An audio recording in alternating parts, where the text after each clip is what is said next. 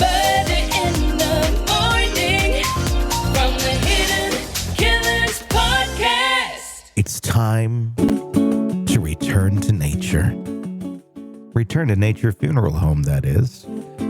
Some plea deals trying to be worked out right now. This is the Colorado funeral home that had piled 189 bodies in their facility and basically let them kind of meld together on Kmart shelves that they brought in, and it was pretty much a shit show. We've been talking about this now for about a year, I think. Carie Halford, 46, and her husband, Jon Hallford, 43, the former owners of the Return to Nature funeral home in Penrose, Colorado, currently considering separate plea offers in both their state and federal cases. The couple faces multiple charges, including the 189 bodies piled in their facility, giving families falsified death certificates and fraudulently obtaining COVID relief funds.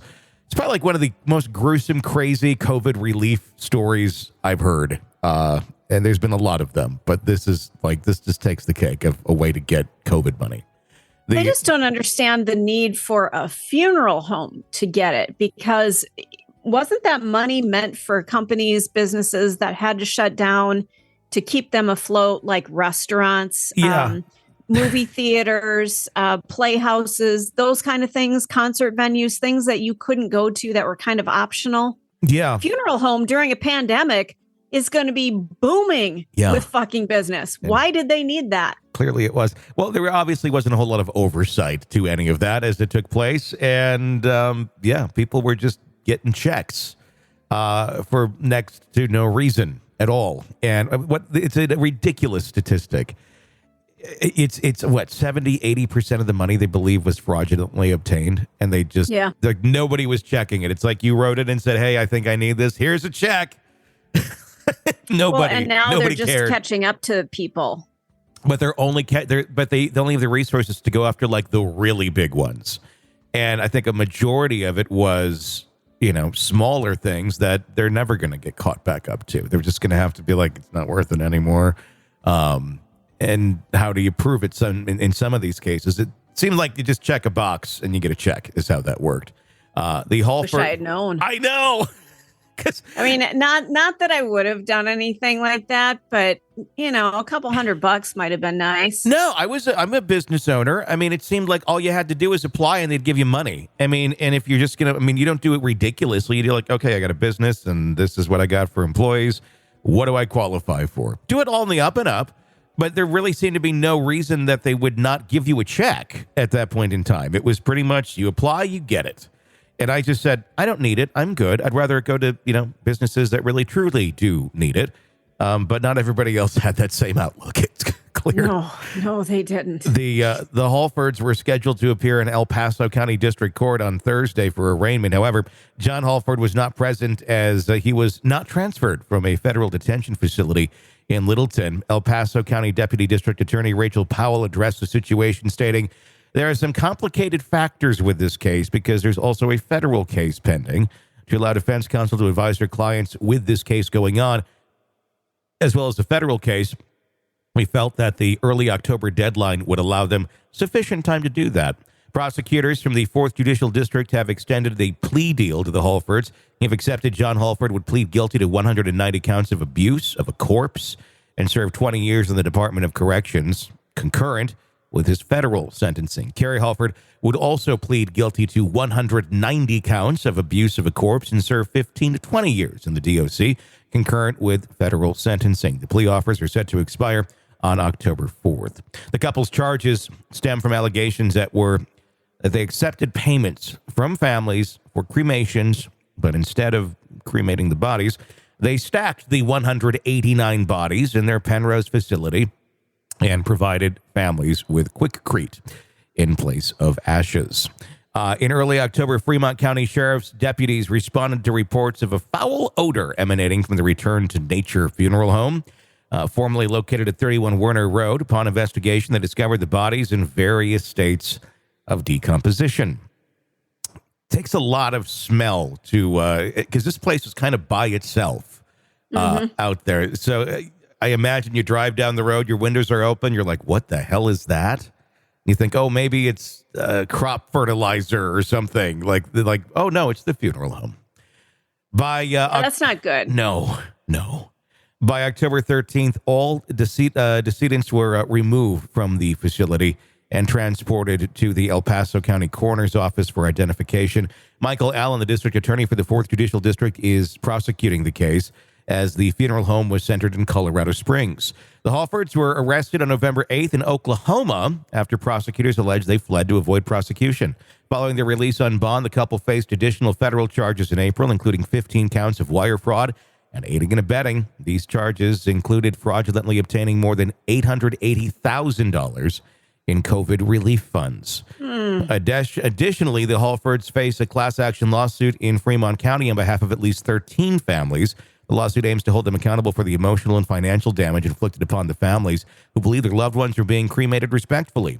The Hallfords are due to appear again on September 20th for arraignment in El Paso County District Court as their legal battles continue. The community and affected families await justice and resolution. Quote, "We understand the gravity of this case and the impact it's had on the families involved," said Deputy District Attorney Rachael Powell. "We are committed to ensuring that justice is served and the Hallfords are held accountable for their actions." That would be an interesting one when they're in jail or in prison. What are you in here for? How do you answer that question? Yeah, abuse of 189 corpses. 190. Wait a minute. 189 bodies, but 190 counts. I know. I find that kind of interesting. Maybe they found an extra one somewhere. Yeah, maybe. Or just rounding up. Why not? Jeez. I got nothing. I mean, this is it's just such a gross case. And we've had a couple of situations come up where we've had stories about Colorado and their lack of oversight of the funeral industry. Mm-hmm. And so if there is a silver lining to this case, it's that they finally kind of looked at their system and went, okay, we need to do better for families. We need to do better for the environment. We need to just do better. So now there's a little bit of oversight. Is it going to help? I don't know. I don't know. I'm looking here. I'm looking. Remember the case that there was a body sitting in the back of a hearse for like 6 months? Yeah. That was Colorado. I found. God, it wasn't somewhere that's hot. I found the 31 Werner Road on Realtor. No. But I think they tore it down, didn't they? You can kind of see that. I thought they did. You can see the building. They had to. Yeah, you can kind of see the building a little bit in the background. I don't think it's not listed anymore, but it's there.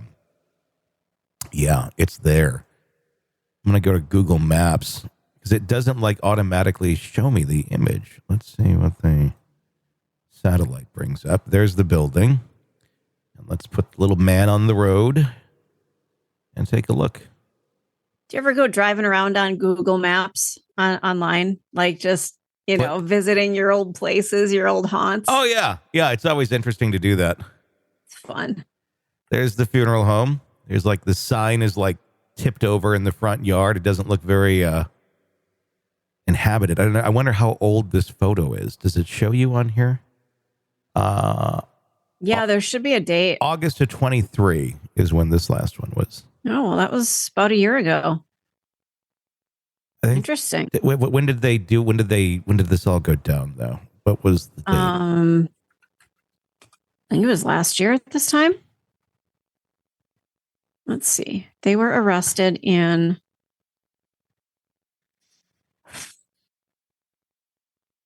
October, November. Yeah. But what year? Was it last year that they were arrested? Well, this was going on during COVID. So I think 2020 is when a lot of these families weren't getting the bodies back. Okay. So this would have been, yeah. Because I'm wondering if the picture I'm looking at here on Google Images, like literally there's bodies in the building. Yeah, I bet there were. Absolutely. Wow. Yeah, I mean, and again, there's not a lot near this thing. It's on a frontage road. There's a storage unit next to it. Looks like some sort of construction thing over there. So, yeah, I mean, it would have to really stink to, I think, have anyone notice unless you're like walking in and out of the facility. But I wonder, like, they had all these bodies in this building and all these clients that, you know, just go to give them the body to the funeral home. How did no one ever go to the building? Or did they have a different office somewhere and this was just kind of where they were storing them? It's very possible. And, you know, obviously during the start of the pandemic, when all of that was going on, you couldn't go into places. That's true, too. I forgot about that part. So they probably held people off because they probably weren't embalming people because this was a back to nature kind of a thing. It was a green burial. So they probably felt if somebody, you know, were infectious. Yeah. You know. Wow. I did find a picture and it's extremely disturbing. It's from the dailycaller.com. I'm looking at 1, 2, 3, 4, 5 body bags. Obviously there's bodies in them and it looks like a prison is what it looks like. If this was the funeral home, I mean, it looks like it is. Yeah. The one that we're talking about. This looks like a third world country prison is what it looks like. It kind of does. It has that vibe to it. So you're seeing what I'm looking at. Yeah, I'm looking at the building. That's not, I mean, I've been to some funeral homes and they're really quite nice. They don't look like this. Oh my God. Yeah. Or like a really like shitty restaurant. Like nobody goes like, oh, you don't want to eat there. It's not good anymore, but still kind of kicking away in business. Oh God. Yeah. I remember these photos when they came out last year when they were, wow. Oh, there you go. It's just bad. October 4th is how long they have to decide if they're going to take the plea deal or not. I don't know. What do you think you do? Do you take the 20 years? Or do you roll the dice and try to fight this thing in court? Oh God, I don't know how you can fight it. I mean, you can take these people's ashes and test them. It's quickcrete. Mm-hmm. You know, so there's your fraud, and then the fact that they did this to these poor bodies. My God, what the hell, people? What's wrong with you? Yeah, it's a new level of depravity on this one. But all right, we'll see what the next move is for Carie and Jon. Want to listen ad-free? Want advanced access to all of our interviews before anyone else? Become a True Crime Today Premium Plus subscriber on Apple Podcasts. You get every episode commercial-free. So you can binge on true crime until you can binge no more. Search True Crime Today Premium Plus on Apple Podcasts now, or go to our podcast page and sign up now. More of the Hidden Killers podcast next.